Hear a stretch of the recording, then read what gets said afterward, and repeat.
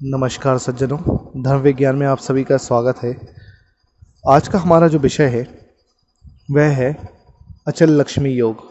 प्रिय साथियों, सभी के जीवन में सभी को इच्छा होती है कि उसकी अचल संपत्ति हो और उसके पास प्रचुर मात्रा में धन हो, ताकि वो अपनी सभी अभिलाषाएं, मकान, कपड़ा, वाहन या अन्य कोई अभिलाषाएं हैं वह पूरी कर सके।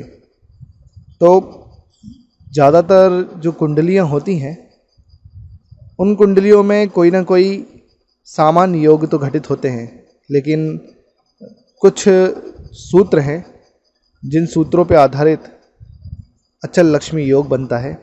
यदि यह योग आप सभी की कुंडली में हो तब तो आप काफ़ी धनाढ्य और धनवान अवश्य बनेंगे। आपके पास अचल संपत्ति होगी। साथियों, एक चीज़ और मैं आपको पहले बता दूं कि अचल संपत्ति वह संपत्ति होती है जो चलायमान ना हो, जैसे कि भूमि, भवन और भी अन्य प्रकार की ऐसी वस्तुएं जो रुपए के रूप में ना हो बल्कि संपत्ति के रूप में हो, उसे भी लक्ष्मी का ही स्वरूप माना जाता है। उसे अचल लक्ष्मी योग बोलते हैं। इसके अलावा यदि आपके पास करोड़ों अरबों रुपए हैं, शेयर मार्केट इत्यादि में आपने लगा रखा है और उससे भी आप पैसा बना रहे हैं, तो वो भी आपका अचल संपत्ति अचल लक्ष्मी योग हो जाएगा। तो पहला जो सूत्र है वो कुछ इस प्रकार से है। गुरुवे गुरु संयुक्ते जन्म लग्न गते सति चंद्रांगर्युतो यस्य तस्य लक्ष्मीर्चंचला।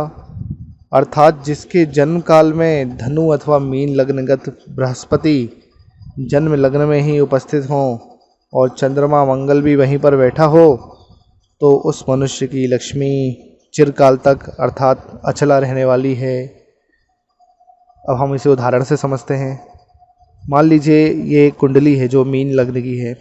अब मीन लग्न में ही मतलब फर्स्ट हाउस में बृहस्पति बैठे हुए और साथ में चंद्रमा और मंगल भी बैठे हुए हैं, तो इस जातक की कुंडली में इन पर किसी भी प्रकार से पाप ग्रह की दृष्टि भी नहीं पड़ रही है, तो ये जातक अचल संपदा प्राप्त करेगा।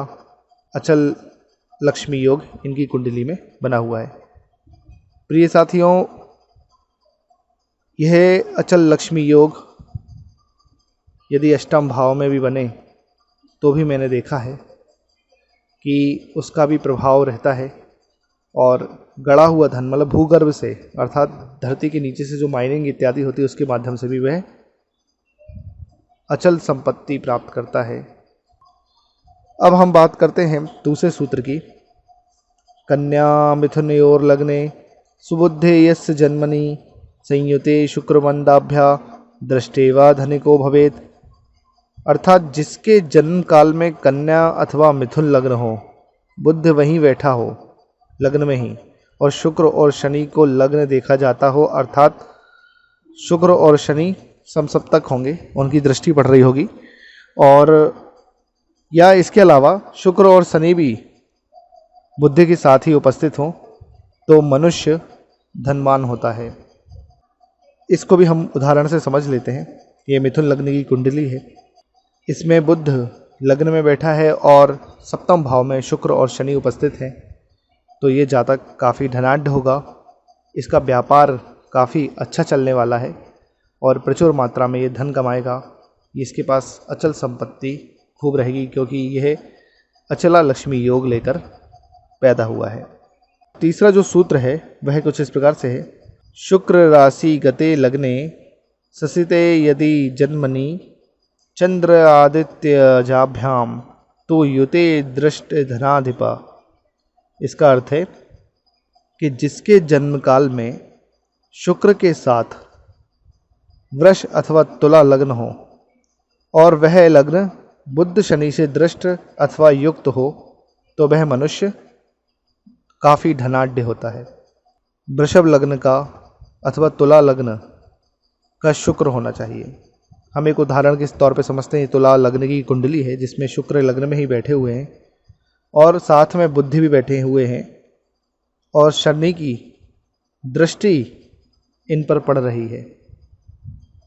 तो ये जो योग है ये अचला लक्ष्मी योग हो गया है और यह जातक भी काफ़ी धनाढ्य होगा, क्योंकि देखिए अब लाभ भाव में बैठे हुए शनि की दृष्टि भी लग्न पर पड़े, तृतीय दृष्टि, तो वह भी अचला लक्ष्मी योग बनाती है।